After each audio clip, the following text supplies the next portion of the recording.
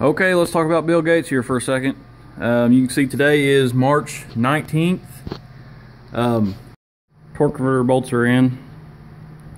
The more I work on this thing and see what I'm working with and trying to get this heavy dude lifted up and get it in the car, it makes me want to recite that Italian death chant. You know, the one how it goes, ravioli, ravioli, give me death, I deserve aioli. That ain't right. Okay, I had to cut my cross member. The F-body oil pan, LS1 oil pan, it looked like the front of it was going to hit the cross member anyways.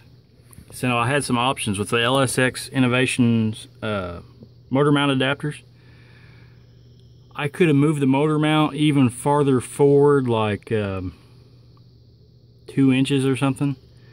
But then I would have cleared the cross member, but then I would have hit the firewall. So this was my quickest option, I guess. I didn't know how much I could beat on the firewall without like breaking the windshield, if it flexed it enough or whatever. So this is what I had to do.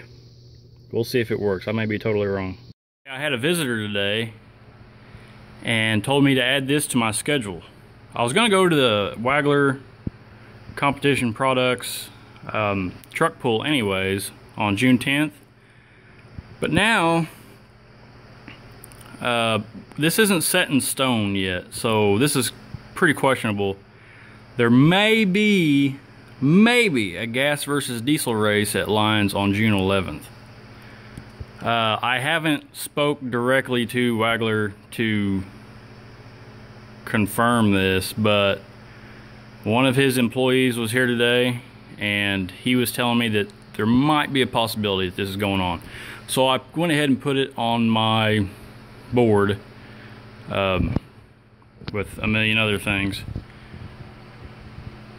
So I'm definitely gonna be ready for that if it happens. I need a shoehorn, like a big shoehorn. I'm waiting just on an extra set of hands to come over to get this engine in, and I think I'm actually gonna stand on the tail shaft and try to get the transmission pointed down and then see if we can wiggle this engine in. Yeah, I'm in a predicament. I don't think I've ever put one in like this before. Okay, so it's in the hole. But here's my newest problem. I can get one hole on each side to line up, but not at the same. My idea here is to drill these holes out bigger. And then, well, first of all, I'm going to cut this mount all the way across right here.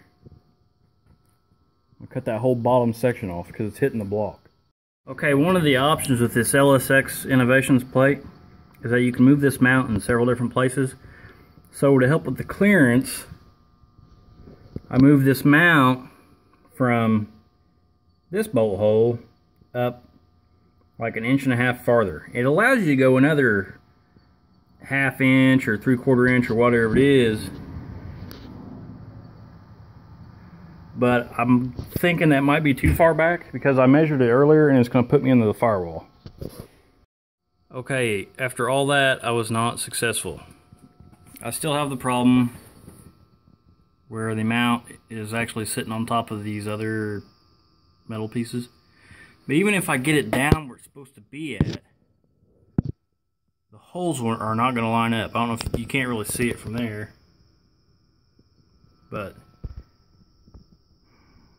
they're going to be like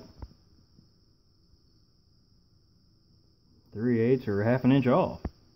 So this is what I did. I slotted the holes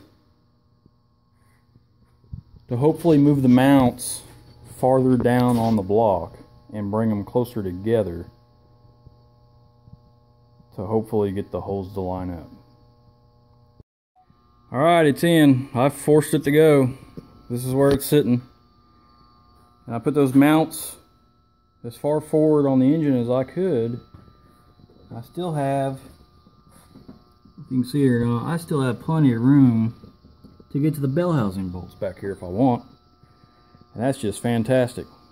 Other problem is,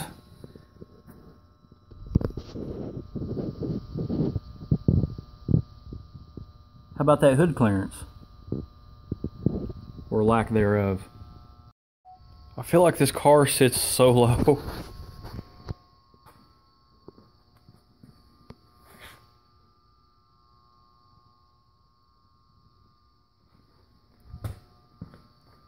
I had to move the car, or getting ready to move the car a little bit.